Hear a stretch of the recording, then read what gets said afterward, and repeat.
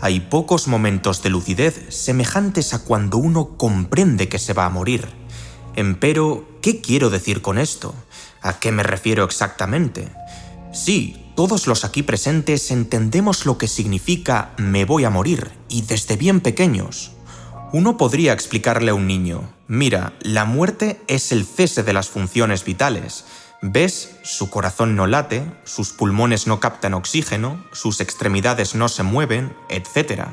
Con mayor o menor halo de desconcierto y quizás un poco más de tacto, sería de esperar que acabara por captar tales palabras, y tiempo después que las extrapolara a su propia persona, es decir, que supiera que él mismo también se va a morir. ¿Cuál es el problema? Pues que una cosa es hacerlo desde la razón, otra muy distinta desde la totalidad de elementos intrapsíquicos que moldean el ser individual.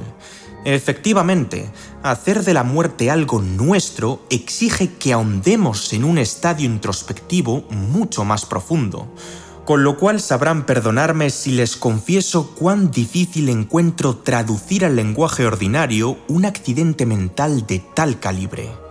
Quizás sea como cuando uno se da cuenta de que algo que parecía muy obvio no es tan obvio en el fondo. Todo lo que tengo, todo lo que siento, todo lo que sé, todo lo que pienso, y el hecho mismo de poder pensar acerca de lo que tengo, lo que siento, lo que sé y lo que pienso, todo eso va a desaparecer. Pese a ello, ¿en qué medida es la muerte pensable, cognoscible e imaginable?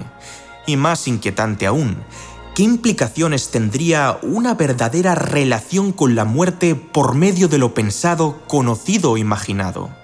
Sin ir más lejos, mi cometido a lo largo del presente documental es discurrir en profundidad las disyuntivas mencionadas al filo de uno de los filósofos más importantes del siglo XX en lo que a la ontología, la metafísica y la fenomenología concierne, Martin Heidegger. Dicho esto, afectarán sus escritos a nuestras concepciones más latentes. Sin más preámbulos, demos comienzo al espectáculo. Acorde al autor, la filosofía consiste, cito textualmente, en un tipo particular de competencia que permite aprehender al ente con la mirada, poniendo a la vista lo que éste es en tanto que ente.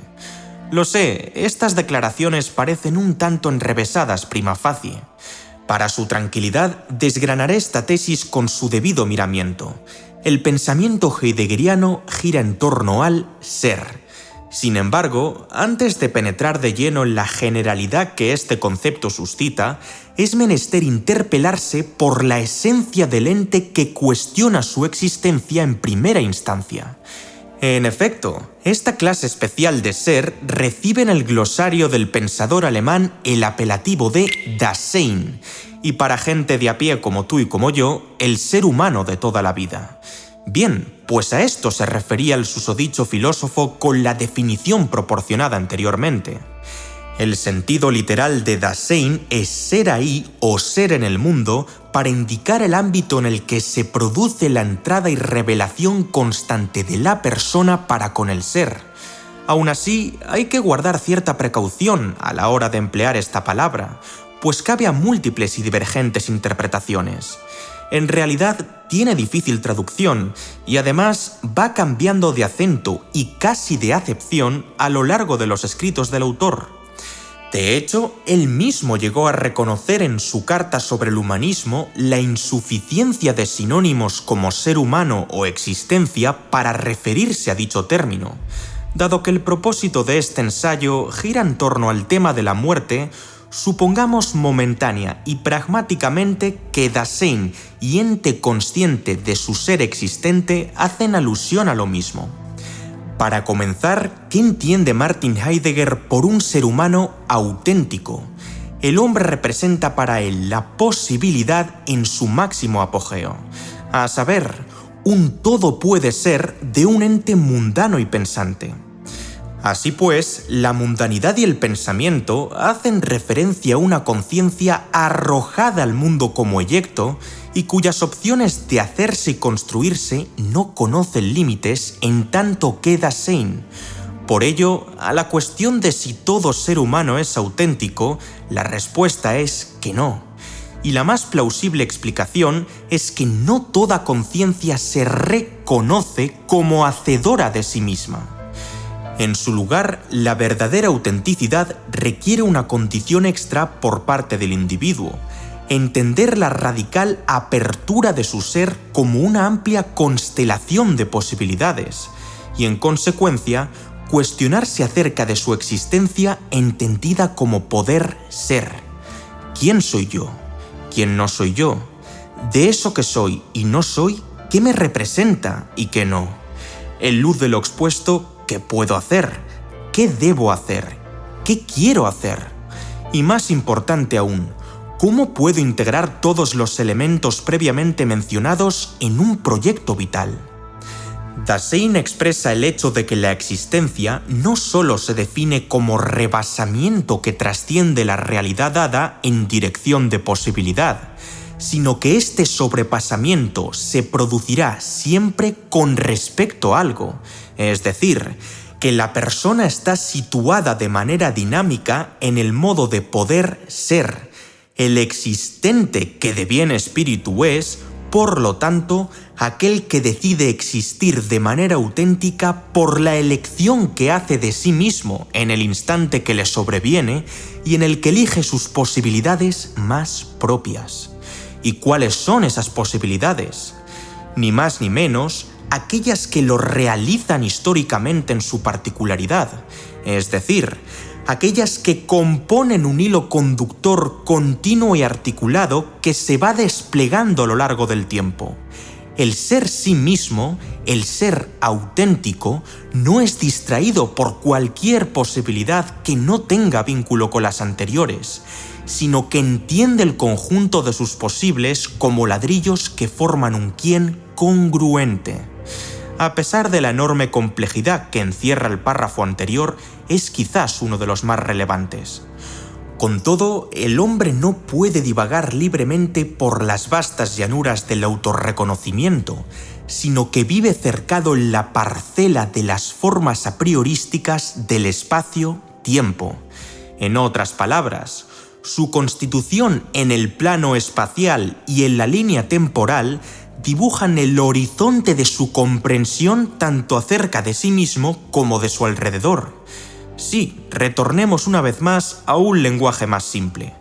Para poder hacerse algo hay que concebirse como algo. Y yo no puedo pensarme como posibilidad, pensar sobre mí como una persona que cambia de una u otra forma sin aludir a un lugar y momento que posibiliten mi poder ser así y poder estar ahí. Si quiero convertirme en camarero, deportista o padre, tendré que tener una mínima concepción de cómo, dónde y qué hace un camarero, deportista o padre, respectivamente. Bien, es precisamente en el contexto de un ser que se preocupa acerca de lo que puede y no puede acontecer donde surge la inquietud por la muerte. Un acontecimiento que impedirá que tal sujeto se vuelva a preguntar acerca de lo que puede acontecer alibi y a posteriori, es decir, que vuelva a verse como un poder ser algo, esto es, como posibilidad. ¿Y por qué? Pues es evidente, ¿no? Simple y llanamente, ya no hay nada que ver, hacer ni ser como no Dasein, como no ser humano. Puesto en frías palabras, en el ya estás muerto se acabó lo que se daba, nunca mejor dicho. Tras el deceso, nada más acaece, nada más ocurre, nada más es para con el ser que se ha ido. Según el filósofo, hallamos en la muerte una interesante contradicción. Por un lado, consta como la reina posibilidad entre todas las posibilidades, a saber, una ocurrencia totalmente independiente de lo que uno decida hacer de sí mismo. Y por otro lado, representa la privación de poderse experimentar por entero, esto es, para materializar cada uno de nuestros «y si». En definitiva, la muerte es aquella Roma a la cual cada plural y variopinta ruta conduce inexorablemente. niño, anciano, mendigo, rey, político, ciudadano, artista, ingeniero, seas quien y cómo seas, el destino final de todas y cada una de tus posibilidades como individuo está sellado.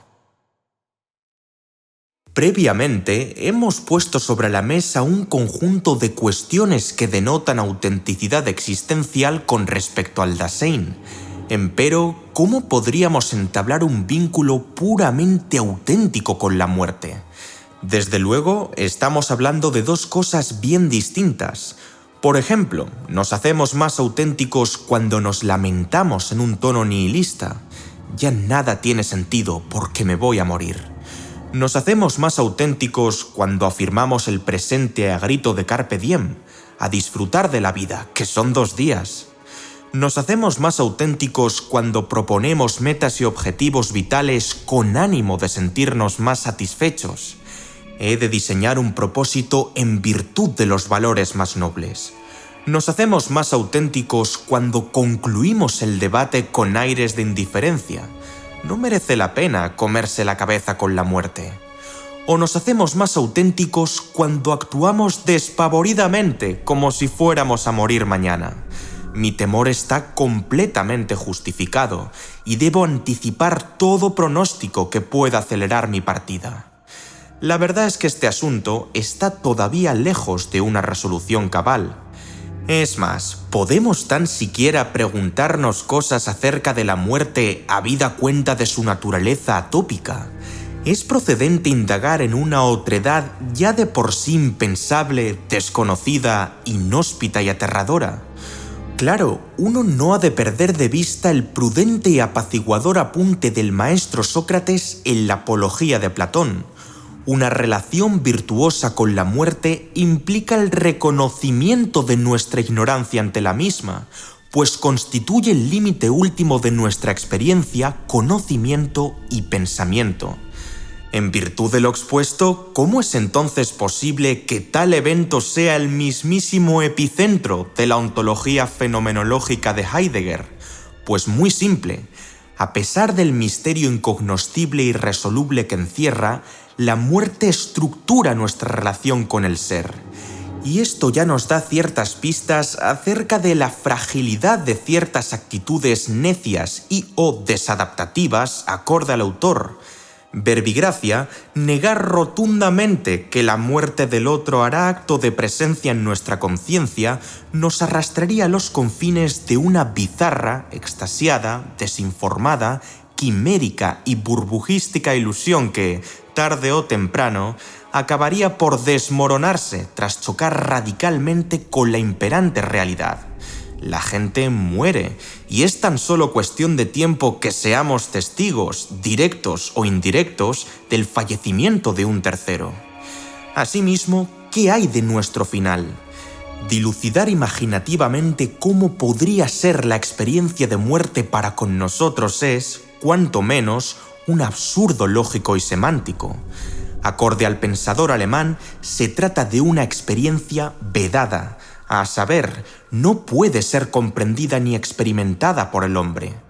De facto, el mero hecho de verbalizar algo parecido a experiencia de muerte resulta similar a decir triángulo redondo, carece de sentido, pues la muerte trae consigo la falta de toda experiencia.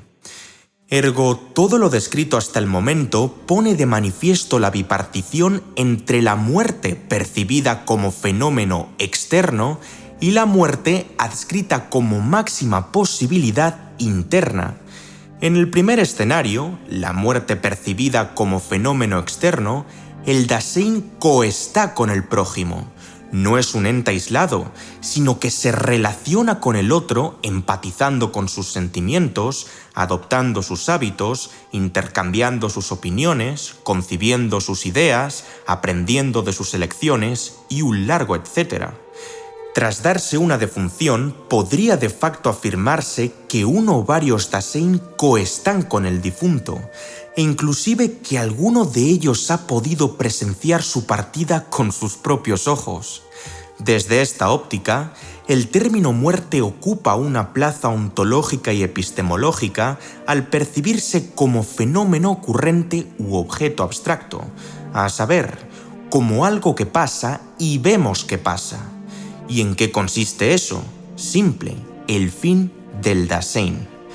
A la postre, la proposición «todos los seres humanos vamos a morir» resume fidedignamente la concepción de muerte como perfecto igualador.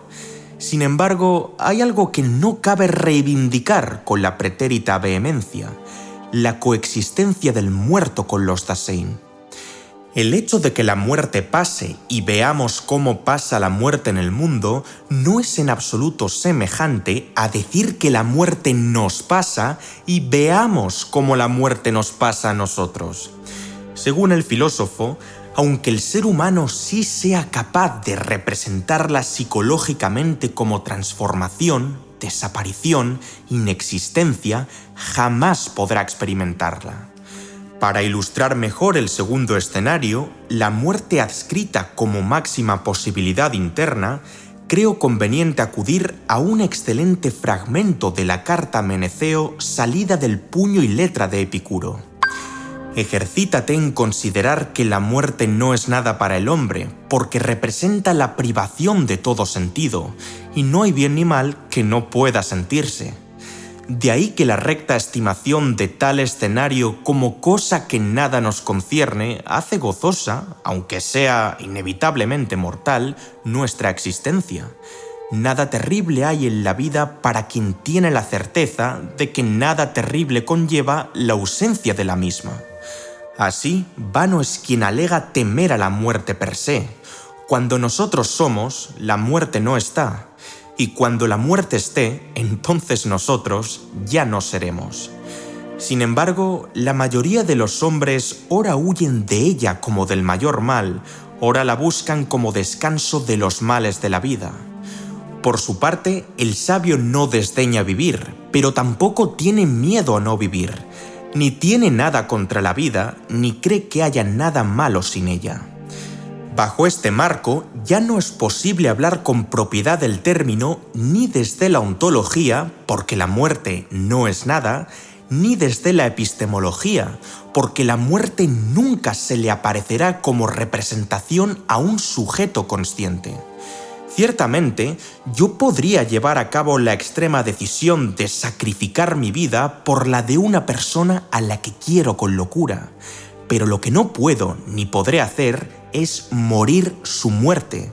Al igual que él o ella, por mucho que me amara, tampoco podría morir la mía. A diferencia de las ocupaciones de carácter inmediato, la propia muerte pierde por completo su condición de reemplazo, anulación, transferencia o sustitución. Esta le pertenece únicamente a cada ser humano, le guste o no le guste. Visto desde dentro, el adiós es siempre excepcional. Cuando el Dasein muere, véase, cuando alcanza su posibilidad más extrema, ya no está ahí, ya no es nada, ya ha dejado de ser. Por ende, la plenitud del ser daseínico queda marcada por un punto y final que lo singulariza de forma mucho más radical que cualquiera de sus pensamientos, emociones o acciones. Esto implica que su autenticidad se da por y a través de la muerte, y por ello se abandona aquí el paradigma del perfecto igualador para dar lugar al perfecto individualizador. Presten atención al siguiente fragmento. Yo no alcanzo la muerte, sino que la muerte me alcanza a mí. Yo no puedo vivir la muerte y nadie puede morirme. En cuanto a poder ser, el Dasein es incapaz de superar la posibilidad de muerte, puesto que esta es el no poder existir más, es decir, la radical imposibilidad de existir. Así pues, la muerte se revela como la posibilidad más auténtica, inminente, irrespectiva e insuperable. En este sentido, el ser inacabado ostenta como tarea pendiente poder ser siendo siempre su no todavía. Heidegger argumenta que el estar vuelto hacia el fin diario alberga un componente de evasión. Expresamos con furor, todavía no, y la muerte se posterga cual momento futuro susceptible de ser proyectado y empujado más allá de nuestro horizonte imaginario. Tratamos de escapar de la muerte mientras caminamos hacia ella. Subsecuentemente, el ente pensante vive en un vuelo existencial.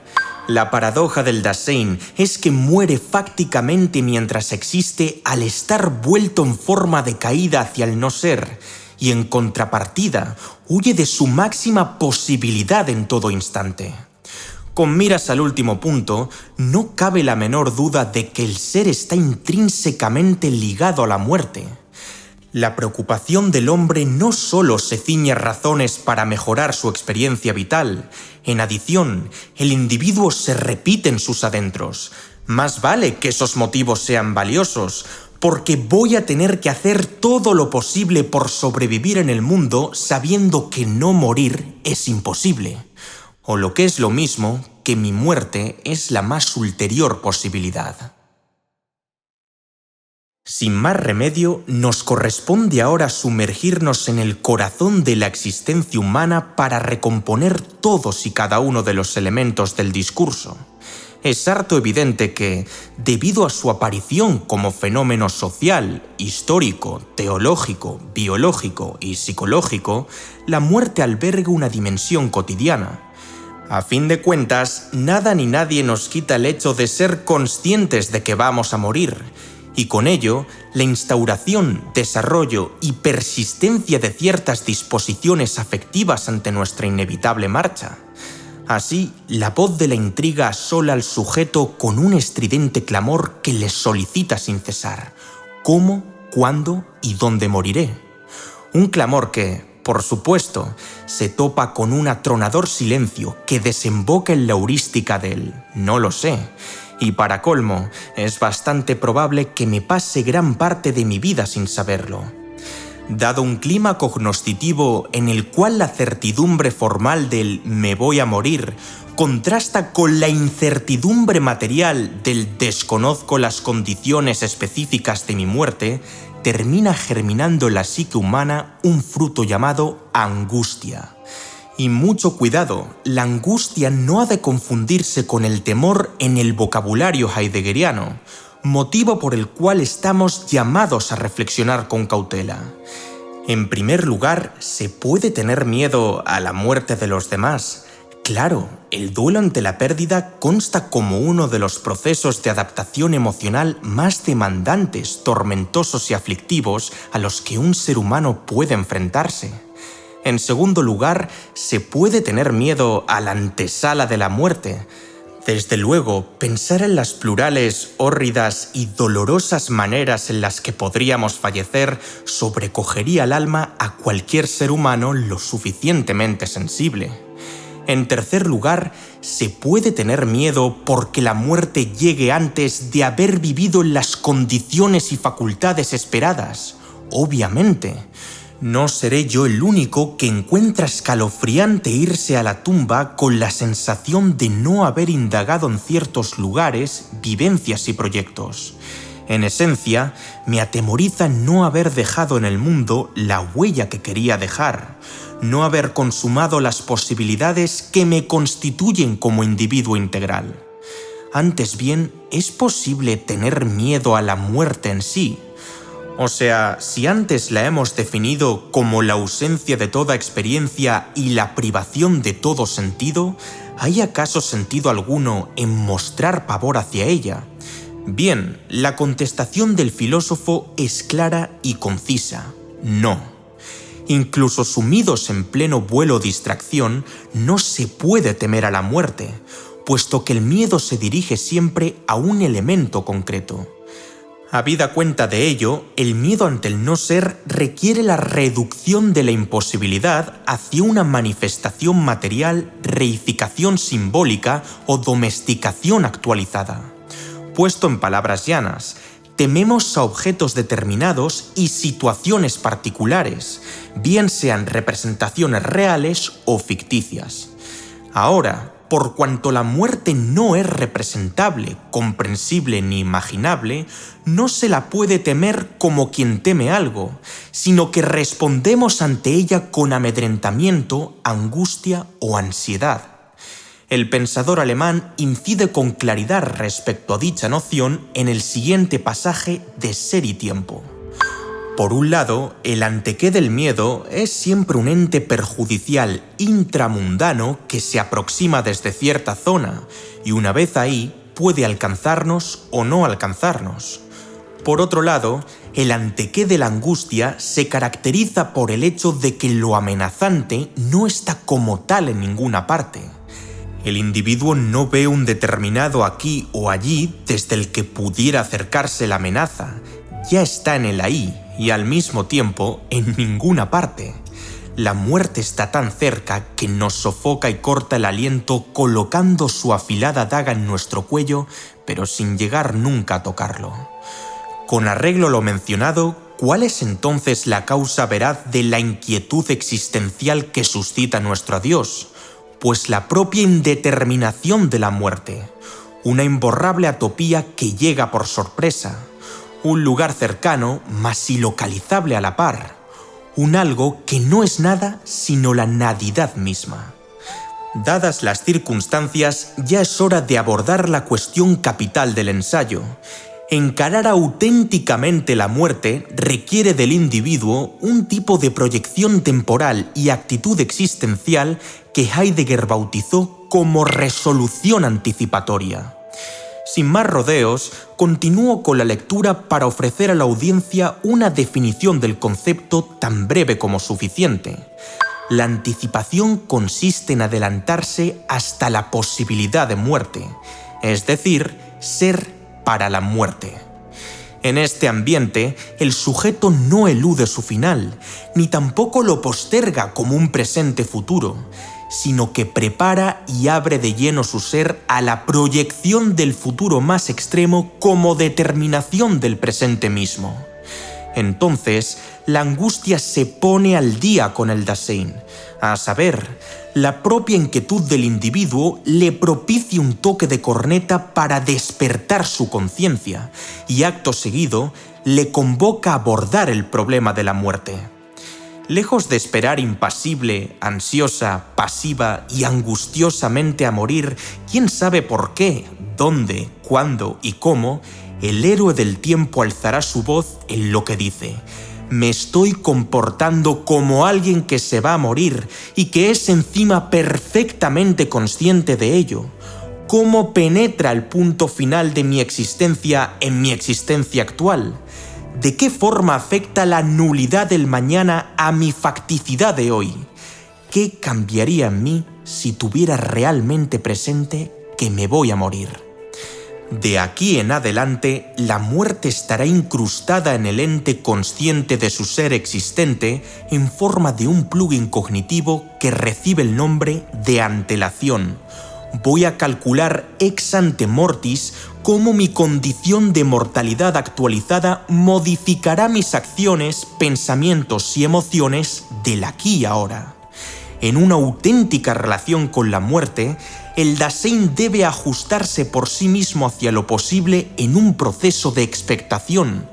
El futuro se transforma en la dimensión primaria del tiempo y, por ende, determina la actualidad. Lamentablemente, me veo en la obligación de comunicarles que no existe una solución universal ante tal dilema. Las respuestas son completamente personales e intransferibles. Quizás tu modus operandi vigente no se vea demasiado alterado, o quizás sí deban producirse serios ajustes sobre tu marco de actuación y percepción actual en pos de ganar autenticidad existencial.